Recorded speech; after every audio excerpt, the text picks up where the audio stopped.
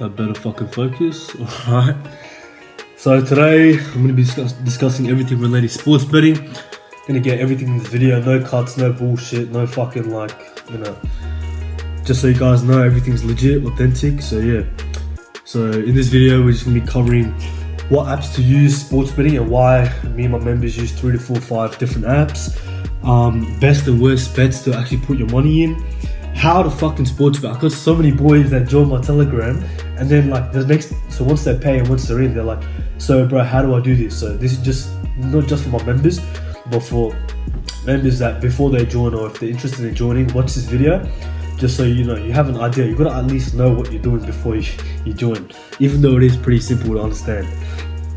We're also going to be covering the most secure types of sports betting, because everyone claims like sports betting is like, you know, these gurus and fucking experts, it's 90%, it's no one in sports betting, no one in this fucking industry is hitting 90%, 90 plus of their bets. Sports betting, it's not, no one can predict what it is, no one can do, but the best thing you can do is limit your odds. For example, when I used to go casino, backtracking a bit, when I used to go to the casino and make money off that, the odds are 50-50. You win or you lose, heads or tails. With sports betting, you've got to find the edges. You've got to find how to be profitable and what makes you have the edge over these fucking sport bookies. Because at the end of the day, they're trying to get your money. You've got to find, that's why you have 2-3 different apps. You can find, if one app, for example, PointsBet, the odds are at 1.36, and on a different app, the odds are at 1.26, then you have the advantage. Even though it's 0.10 advantage, that's straight money. $50, that little edge is $5, like, you know what I mean? And also we're going to be talking about sports arbitrage compared to dollar cost averaging, which is, I hear that a lot, which is fucking, it's not profitable, it's really, really, really slow money. Everyone that joins the Telegram, we're here to make fast money. So we're also going to be talking about live betting, which is really, really brand new. I don't think there's anyone doing my method of live betting, which is really exclusive. I might get into that in this video.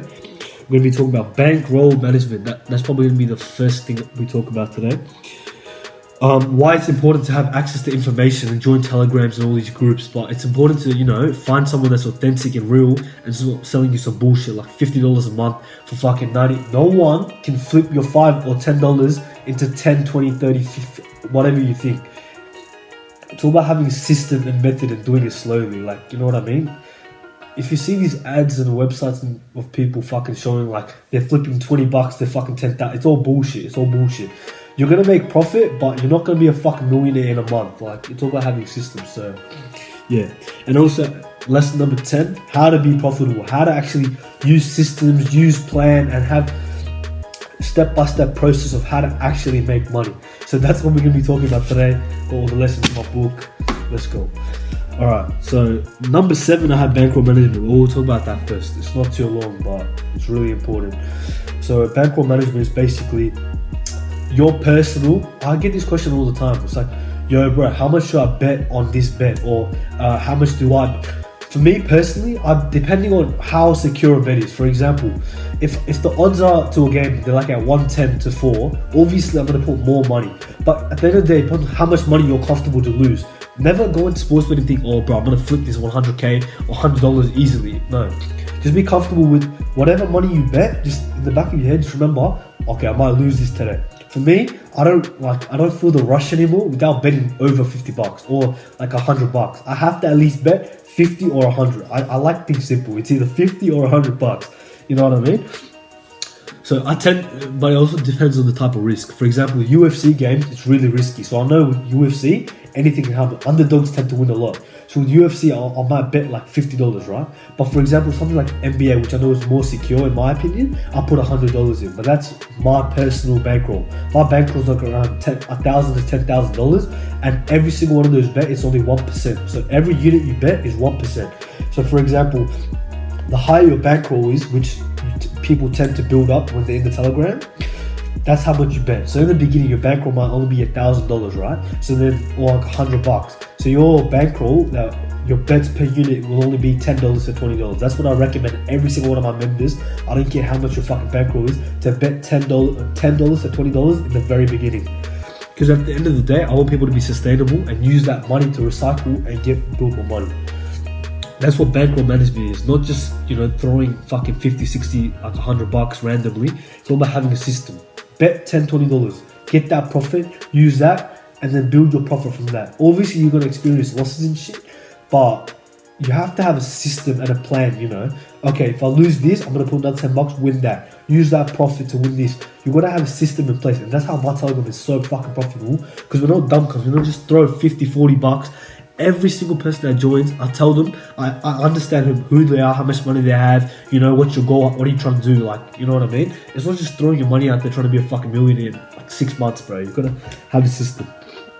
Alright, now we'll get into the, the most asked questions. Alright, so what apps to use and why do we use fucking 2, 3, 4 apps? Why can't I just use one? Alright, like I said earlier in this video, the advantages of having, multiple apps, of having 2, 3 apps is not just because, you can bet on different times and anywhere you want. It's just so you can also analyze what the rates are on different apps. For example, PointsBet, it might have the odds at 1 to 4, but a different app might have the odds at fucking like 2 to 4. You got to understand why the odds are higher or lower on different apps. And also, a lot of these sports, most of them have the same rates, but different apps also, I'm going to get into this too, exclusive markets. I know I mentioned PointsBet a lot, it's because I use PointsBet. Fuck Sportsbet, they didn't verify my account in time. But yeah, you got to also analyze why different apps are giving you exclusive markets, because it's all psychological. They want your money. They know when someone's about to stop betting or when someone's about to start betting. So you got to understand like how to just ignore all the fucking bullshit and all this like punter mindset. That's why I didn't name my fucking Telegram Punters Hub or like, fucking gamblers. Like, because it's not about fucking being in the rush or betting your money away. It's about having a system. And at the end of the day, we want money. It's not about fucking betting on sports. I don't even fucking like sports. Like, I'm here to make money, you know what I mean? So, I'm joking, I do like sports, but I'm not a fucking sports fan. I don't give a fuck about, who scored what, unless it's profitable. Alright, okay, this is a good one. Best and worst sports to bet on. Everything I like to do is fast. I like to do things to get it out the way, alright? I don't know why people are giving fucking bets on, like, cricket or all these, like, if you're gonna make money, do it to be fast. When I went to the casino, I was making $200-300 in maybe under 10 minutes. Like, that was fast money. Obviously, more risk, more reward. But with sports, if you're gonna bet on something, make sure it's a sport that's between like 40 minutes to like an hour and 30 minutes. Like, if you're gonna bet on fucking cricket, do you know how long you have to wait? You have to wait at least fucking 2, 3, 4 hours just to flip your $20 to $40. It's fucking ridiculous. Bet on something you can get your money fast in. Right now, me personally, I send because I have a team of hosts. I got from 1 to 10 different hosts. I specialize in UFC, NBA, and NFL, and also different basketball like NBL and all those other different leagues. Because we don't look at the fucking what everyone's looking at. We look at what no one else is looking at. We look at player slips, handicap betting. I'll get into that soon as well. So, understand what to bet on. So I'm talking right now for the members, for the people that are in my Telegram right now. If you're betting on shit like cricket and shit, what's the point, bro? Do something you bet on and get your money back in 40, 50 minutes. You want fast money, not slow money. Alright. Now we're going to be talking about types of sports betting. There's so many different... I forgot I even got a fucking whiteboard. This is why I have a whiteboard. So we have... If you guys can't see this, rest in peace, because... We got handicap betting. We got fucking live betting. We've got player slips. We've got multis. Brackets parlay, the fucking US people say. Also, I'm going to be talking about dollar cost averaging. What else? Oh yeah, sports arbitrage.